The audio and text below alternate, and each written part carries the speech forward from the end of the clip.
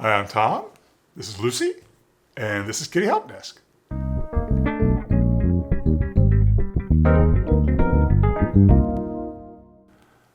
So today, I wanted to talk a little bit about a difficult subject, pity adoptions. Now, this is a tough area because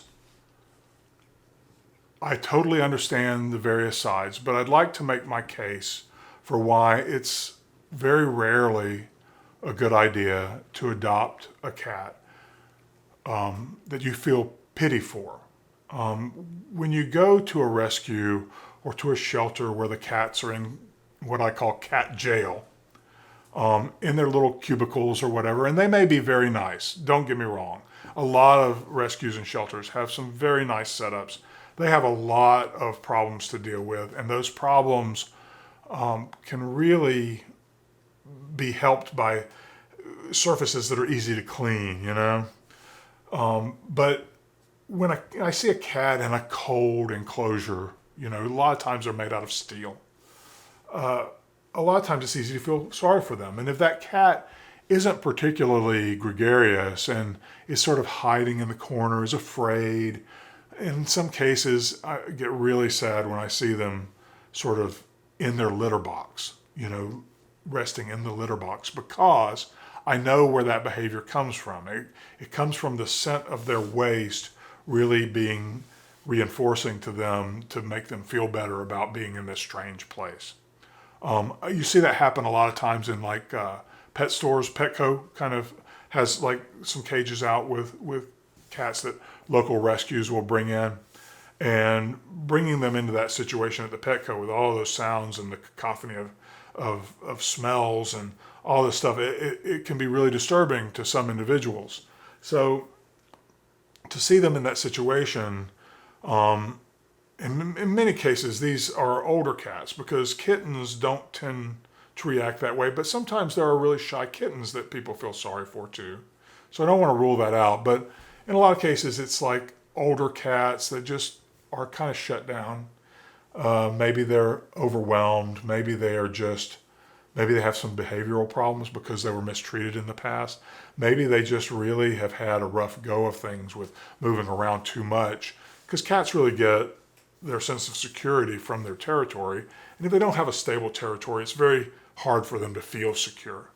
So, to look at them in there and to feel like, oh, that cat needs me because he or she has some problems, that's problematic thinking for the cat. And here's why.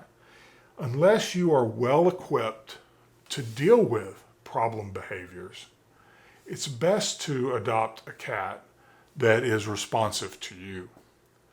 I always tell people that Mina chose me, because when I went to the cattery where they had all the rescue cats in this whole big enclosure, there were tons of cats.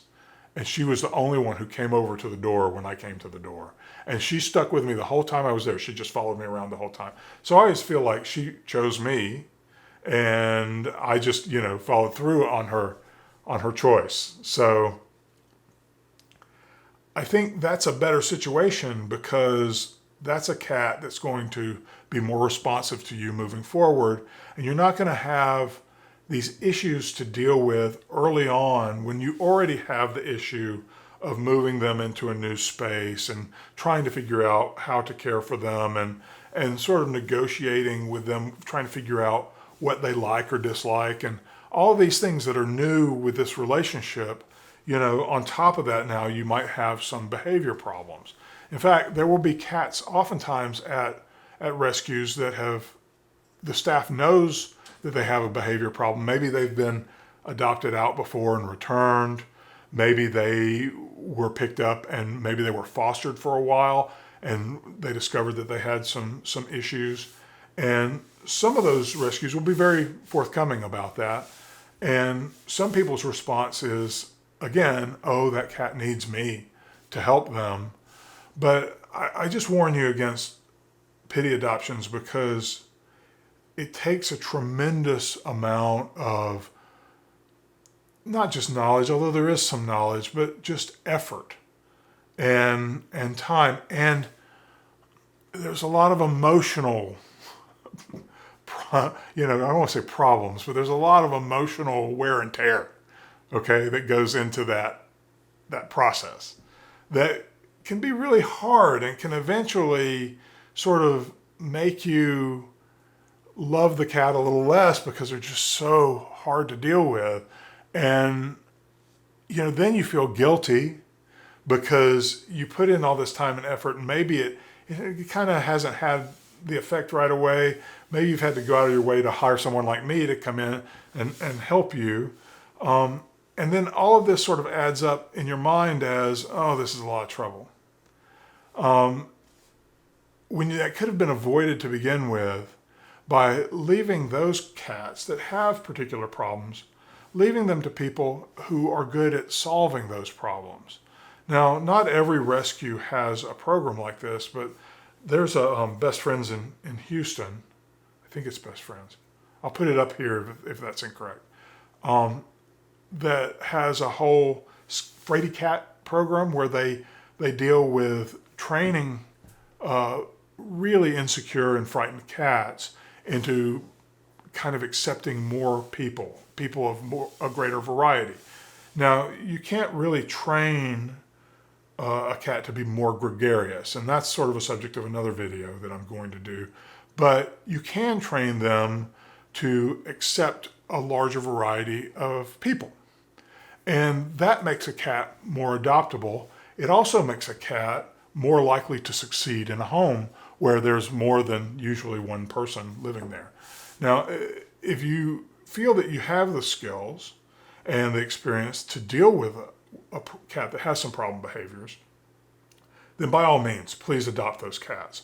Like I've said in other videos, I have a soft spot in my heart for seniors, and I really feel that it's important that whoever adopts seniors has the resources to deal with the health problems that may occur in a senior cat.